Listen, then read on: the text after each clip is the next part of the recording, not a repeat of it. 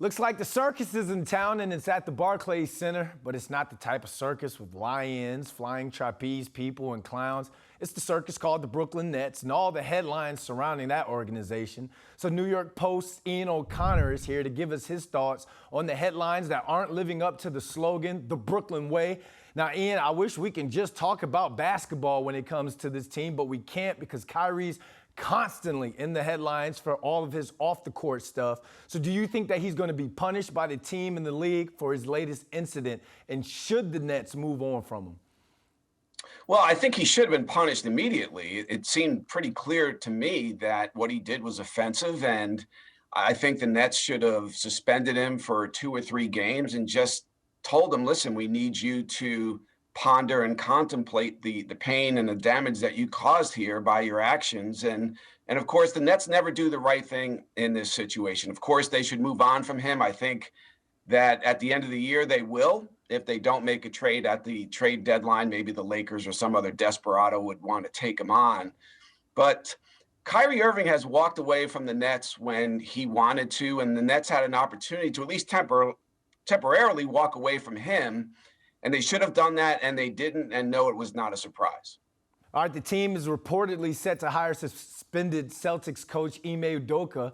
But from a basketball standpoint, I love it. I think it's a great hire. But from a distraction standpoint, I think it's absolutely terrible. Can Ime come in and win games with this roster, or do you think that the entire thing is going to just continue to look like a clown show? Well, Brandon, listen, from purely a basketball standpoint, it's a significant upgrade at the position of head coach. Udoka is a much better head coach than Steve Nash. He proved that in the playoffs last year with the first round sweep and in other ways. But this isn't only a basketball decision.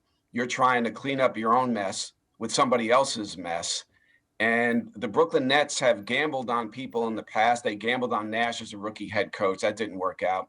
They gambled on Kyrie Irving, on James Harden, on Ben Simmons, and those gambles haven't worked out. Here they are not only gambling on a coach whose reckless behavior got him suspended for a year in another organization, but you're sending a really troubling message to the women who support your team, to the women who work in your organization. And I just don't see how the Nets go through with it from that standpoint. But it's an organization, Brandon, that really has shown no moral compass to date. So it frankly would not be a shock to see them go ahead and hire Udoka from a basketball perspective. It's an upgrade, but I just don't think that's good enough.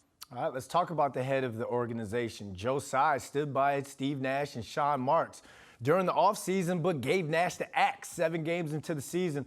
Was that the right move, or was he wrong for that? Well, it's the right move to fire a head coach who's not an asset to your organization. He wasn't very good at his job. And as great as Steve Nash was at his first job in the NBA, he was really just not a difference maker at all. If he was, it was in a negative way as a head coach. And so, yeah, they should have fired him in the offseason. They should have listened to Kevin Durant, at least on that front, and also on the Sean Marks front as well. I don't see what he's done to deserve another opportunity to hire yet another head coach. I think if Sean Marks ever says the word culture again, he should be fired because there's no culture in Brooklyn. That's the bottom line, and that's the reason they are where they are. Not living up to the Brooklyn way. Thanks, Ian. Thanks, Brandon.